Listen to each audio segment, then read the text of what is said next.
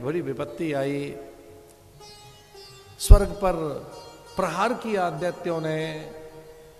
नमुची, वृषपर्वा, प्लोमा, बलि ने आक्रमण किया और इंद्र का राज्य छीन लिया। इंद्रासन पर दैत्य बैठ गए।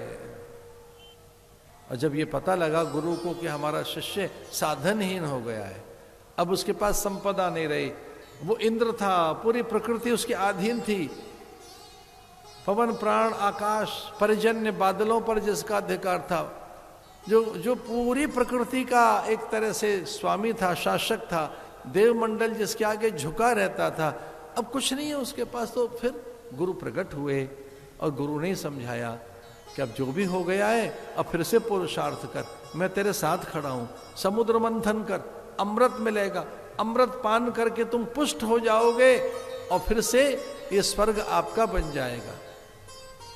तेने अनादर किया शुभ कर्मों का, संतों की उपेक्षा की, तेरे पुण्य क्षीण हो गए, इसलिए स्वर्ग चला गया है।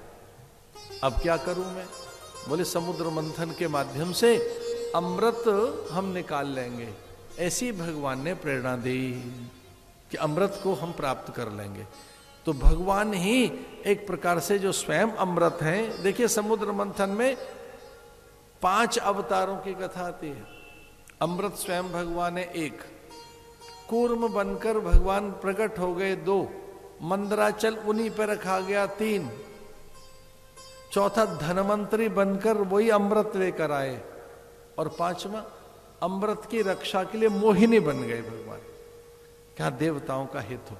हाँ, भले ही इन्होंने उपेक्षा की है गुरु की, भले ही इन्होंने संतों का अनादर किया है, लेकिन हाँ इनका अंतःकरण सही है, इनकी रक्षा की जानी चाहिए। और इस प्रकार से भगवान ने ही प्रेरणा दे दी देवगुरु बृहस्पति को। समुद्र मंथन का प्रस्ताव रखा गया बलि के सामने। बलि लोभ में आ गया कि मैंने स्वर्ग तो छीन ही लिया देवताओं का, अमृत भी छीन लूंगा, शक्ति हमारे पास है, बलवान हम हैं, तो हम इनका अमृत भी छीन लेंगे। समुद्र मंथन हुआ। समुद्र मंथन में पहले विष निकला। जब आप मनोमंथन करते हैं तो मन में आवेग है, क्रोध है, पहले विष कुंभ निकला, सब भयभीत हो गए। महादेव ने विष को धारण कर लिया, महादेव ने उसे ग्रहण किया, कंठ में ही रख लिया।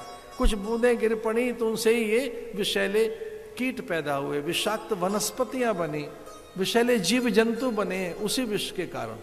जो विषैले जीव जंतु हैं, अमृत उस विष कुंभ से निकली कुछ बूंदों से।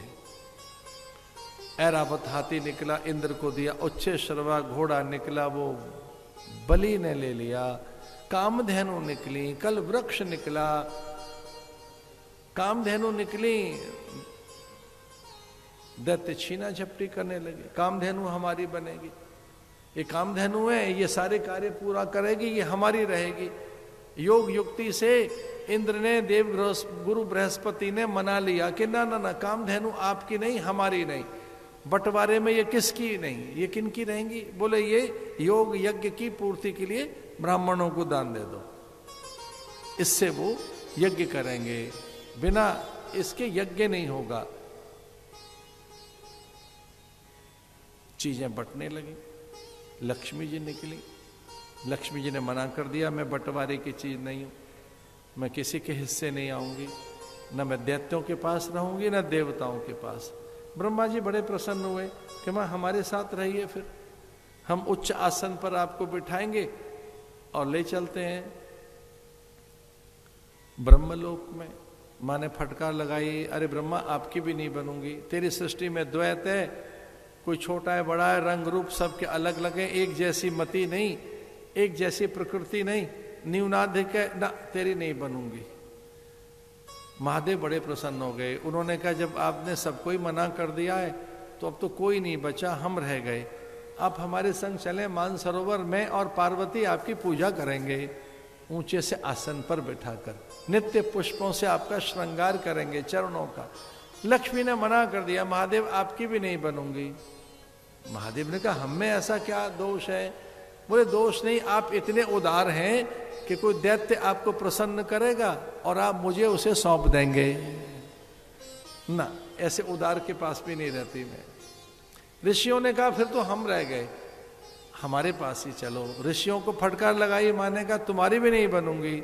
तुम में तप का अभिमान रहता है कि हम बड़े तपस्वी हैं, हम साधु हैं, गृहस्थ हैं, हम देखो कितना व्रत करते हैं, हम त्यागी हैं, हम अधिक सदाचार संपन्न हैं।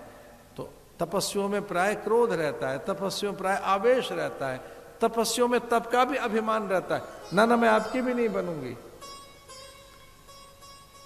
तो फिर महादेव आदि ने कहा कि भाई किसकी बनेंगी आप, जब आपने तो सबको ही मना कर दिया। तो उन्होंने कहा मैं उसकी बनूंगी जो मुझे नहीं चाहता और जो सत्यनिष्ठ है, जो केवल सत्य की प्रतिज्ञा में है, जो सत्य रूप है, जो सच्चिदानंद है, जो सत्य है, मैं उसकी बनूंगी। सत्यानुसारिणी लक्ष्मी, जो सत्य को धारण करके बैठा है, मैं उसकी बनूंगी, सत्य की। तो कहते हैं सच्चिदानंद के पास जाकर बैठ गई लक्ष्मी जी, सत्य नारायण के पास, भगवान के पास आकर बैठ गई। यही सच है।